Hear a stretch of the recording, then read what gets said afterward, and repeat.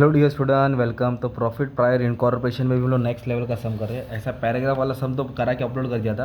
अब एक टेबल वाला सम है, वो एक कॉलेज का पेपर का है, करा देता ऐसी यूनिवर्सिटी वाले को आता ही एग्जाम में। तो अब टाइम पास नहीं करते और सम अपना स्टार्ट कर देते बच्चे लोग। ये देखो, ये आपको क्वेश्चन दिया है और ये क्वेश्चन में कैसा इतने सारे एक्सपेंडिचर दिए हैं, इधर इनकम दिया है।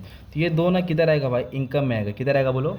तो इधर लिख देंगे इनकम में। क्या करने का, कॉपी करेंगे, नाम और अमाउंट कॉपी कर देना है। ओके, फिर इसके बाद जो भी एक्सपेंडिचर है ना, जितने भी है नेट प्रॉफिट को छोड़ के, किसको? Net profit. सब लाइन से इधर पूरा एक्सपेंडिचर लिख देंगे और अमाउंट के साथ लिख देंगे।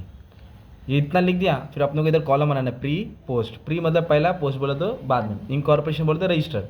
तो अभी अपन देखेंगे बिजनेस इनका ईयर एंड कब होता है।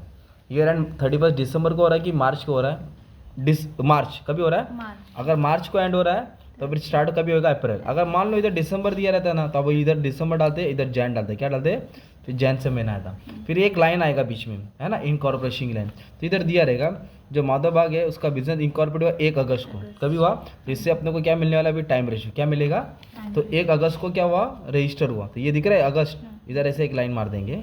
ठीक है, 1 अगस्त बोला ना, इसके लिए यहाँ लाइन है ना। अगर 1 अक्टूबर बोला तो याद आता ना, अगर 31 दिसंबर बोला तो दिसंबर के बाद आता था। ठीक है, तो इधर लिखेंगे आप प्री, इधर लिखेंगे पोस्ट। 1 2 3 4, कितना है? 4। तो इधर 4 महीना है, इधर कितना महीना? 8। तो इसको काटेंगे तो 1:2 आएगा। तो आपका टाइम रेशियो मिला। क्या मिला? Time ratio 1:2। सिंपल। और टाइम रेशियो क्यों निकाला? एक चीज़ बता देता हूँ, जो ऑफिस का खर्चा है ना टाइम में जाएगा, जो ऑफिस का खर्चा वो किस में जाएगा? टाइम में। तो एक तुमको एक्सपेंडिचर बांट के बताता हूँ, जैसे कि सैलरी टू स्टाफ, तो ये ऑफिस का होता है, स्टाफ बोला तो ऑफिस होता है। अमाउंट कितना दिया है? 72,000। अमाउंट कितना दिया है? तो 72 को किस में बांटेंगे? Time ratio. टाइम रेशियो कितना दिया बच्चा? 1:2। तो कैसे बांटने का?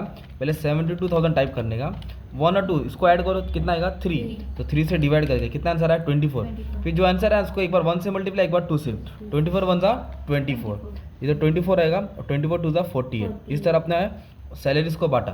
तो वैसे ही ना जो ऑफिस एक्सपेंस है ना, वो भी टाइम रेशियो में जाएगा, क्योंकि ऑफिस का खर्चा जो होता है, कौन सा? ऑफिस का, वो भी टाइम रेशियो में रहता है। तो इधर 7,500 आ जाएगा, इधर 15,000 आ जाएगा अगर बांटेंगे तो, है ना। तो मतलब तुमको एक चीज़ समझ में आ गया कि जो भी ऑफिस का खर्चा है टाइम में जाएगा। तो जो नाम लिख रहा है, डेप्रिसिएशन ऑफिस का खर्चा है टाइम में जाएगा, इंश्योरेंस भी टाइम में जाएगा, ट्रैवलिंग एक्सपेंस भी टाइम में जाएगा, जनरल एक्सपेंस भी किस में आएगा? टाइम में। तो आप क्या करेंगे, ये सबको रेशियो में बांट के लिख देंगे। इसका टेंशन लेने की ज़रूरत नहीं है। जैसे डेप्रिसिएशन हुआ, इंश्योरेंस हुआ, ट्रैवलिंग एक्सपेंस हुआ, सिंपल इधर तक जनरल एक्सपेंस हुआ। अभी मेन बात है कि सेल्स रेशियो दिया कि नहीं है, उसको ढूंढना कैसा है, उसको फाइंड कैसे करना है। जैसे कि एडवर्टाइजमेंट एक्सपेंस है, दिख रहा है कैरेज आउटवर्ड, क्या दिख रहा है? एडवर्टाइजमेंट एक्सपेंस दिख रहा है तुमको, और फिर बैड डेट दिख रहा है। ये सब सेलिंग के रिलेटेड है। ग्रॉस प्रॉफिट को भी सेल्स में बढ़ते हैं, ग्रॉस प्रॉफिट को भी। तो पर सेल्स रेशियो दिया नहीं है, तो उसके लिए आपको ढूंढना पड़ेगा, तो आप पढ़ते हैं। इधर बोला सेल्स फॉर ईच मंथ, कौन सा मंथ? हर मंथ। अगस्त से लेके मार्च, क्या बोला? अगस्त से लेके मार्च डबल था, क्या था? डबल। इधर आप लिखेंगे सेल्स अगस्त से लेके मार्च कितना था? डबल। डबल बोले तो 2 लिखेंगे, कितना लिखेंगे? 2। तो ये डबल है, मतलब ये क्या रहेगा तुम्हारा? सिंगल रहेगा। अब इसको ऐड करेगा आपको 4 आएगा, ऐड करेंगे कितना आएगा? 4। ये प्री हो गया, ये ऐड करेंगे तो कितना आएगा? 4 4 8 12 16, कितना हो जाएगा? 16। तो ये हो जाएगा रेशियो 1:4। कितना हो जाएगा? आपको सेल्स रेशियो मिला 1:4, है ना। एडजस्टमेंट समझा? ये महीने से लेके ये महीने तक, मार्च है ना, अगस्त से मार्च डबल था, इसलिए इधर डबल डाला, बाकी जगह क्या डाल दिया? सिंगल डाल दिया। अब इसके बाद आपको क्या करना है, जो भी सेल्स का रहेगा उसको सेल्स में बांटेंगे। जैसे कि सेल्स कमीशन है तो सेल्स रेशियो में जाएगा, है ना। किस में जाएगा? सेल्स रेशियो में। कैरेज आउटवर्ड सेल्स में जाएगा, फिर एडवर्टाइजमेंट सेल्स में जाएगा, और बैड डेट्स भी किधर जाएगा? सेल्स में आएगा। तो आपको रेशियो में बांटना है, तो एक करा देता हूँ। जैसे कि अगर आपको बांटना है, मान लो इसको सेल्स कमीशन को बांटना है, 14,000 है ना। ये कितना है? 1 और 4, क्या है? तो 1 और 4 कितना हो जाएगा? 5। 5 से डिवाइड करके कितना है? 2,800। इधर आएगा 2,800। अभी 2,800 को किससे मल्टीप्लाई करेंगे? 4 से करेंगे, आएगा 11,200। ईजी हो गया। ऐसा करके आप सबको बांट देंगे। तो अभी भी कुछ चीज़ बच रहा है ना तुम्हारा। ग्रॉस प्रॉफिट को भी हमेशा किस में बांटने का? सेल्स में बांटने। अब देखो कुछ चीज़ें इसको बांटेंगे नहीं, उसको डायरेक्ट पोस्ट में लिखेंगे, क्योंकि वो कंपनी के रिलेटेड है। किसके रिलेटेड है? तो कंपनी के रिलेटेड क्या होता है मालूम है क्या? Debenture interest. बोलो, ये कंपनी के रिलेटेड रहता है, इसलिए इसको ना किधर कोई भी रेशियो में नहीं बांटेंगे, डायरेक्ट क्या लिखेंगे? पोस्ट। डायरेक्ट 5,000 उठा के पोस्ट में डालेंगे। और इसका और एक भाई है डिबेंचर इंटरेस्ट की, इधर इधर दिया है प्राइमरी एक्सपेंस, क्या दिया है? इसको भी बांटेंगे, किधर डालेंगे? पोस्ट में। और एक दिया है इधर डायरेक्ट फीस, बांटेंगे निकाल लिखेंगे पोस्ट में। तो मैंने क्या बताया, जो सेलिंग एक्सपेंस है वो सेल्स रेशियो में बांटेंगे, जो ऑफिस का खर्चा वो टाइम रेशियो में बांटेंगे, जो कंपनी के रिलेटेड पोस्ट में आएगा, अगर वेंडर बोला रहेगा तो प्री में आएगा। अभी एक एडजस्टमेंट बचता है, वो हार्ड है। एक एडजस्टमेंट देखो, मैंने फर्स्ट एडजस्टमेंट सॉल्व करा है तुम्हारा, पर इधर सैलरी हमने टाइम में बांटा ना, टाइम में नहीं बांटने का था, क्योंकि मैंने एडजस्टमेंट बांटा क्या, तो ये मेरा बांटना गलत हो गया, क्योंकि इधर बोला है कि सैलरी को बांटो प्री और पोस्ट में इस तरह बांटो। तो सैलरी प्री में कितना था, 6,000 पर मंथ। अगर ये एडजस्टमेंट नहीं रहता तो हमारा राइट रहता। तो समझा गलत क्यों हुआ, क्योंकि इसके ऊपर एडजस्टमेंट बोला है। तो सैलरी क्या बोला है, 6,000 बोला है। क्या बोला है, इधर लिखूंगा सैलरी 6,000 पर मंथ, 6,000 6,000 6,000 6,000। कभी तक 6,000 पर मंथ बोला है प्री में, क्या है, और पोस्ट में कितना हो गया 9,000। तो अब क्या करें, 9 9 9 9 9 9 9।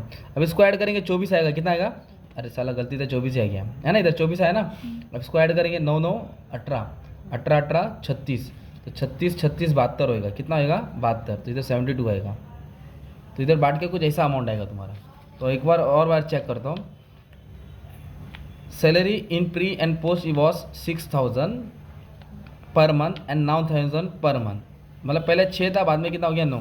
तो फिर इधर लगता है अमाउंट मिस्टेक दिया रहेगा उन लोगों ने।